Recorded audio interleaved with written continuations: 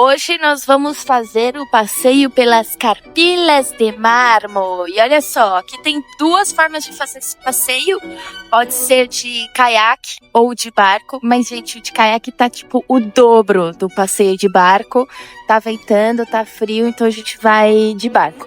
Bora lá então preencher a ficha e embarcar nessa aventura. A gente ganhou uma capa de chuva porque tem risco de chover e também está muito frio. Bora embarcar em mais uma aventura. Ninguém sai.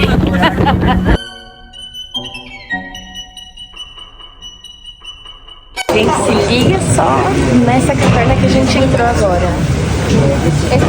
Olha que massa! E a textura, né? Isso daqui é mármore.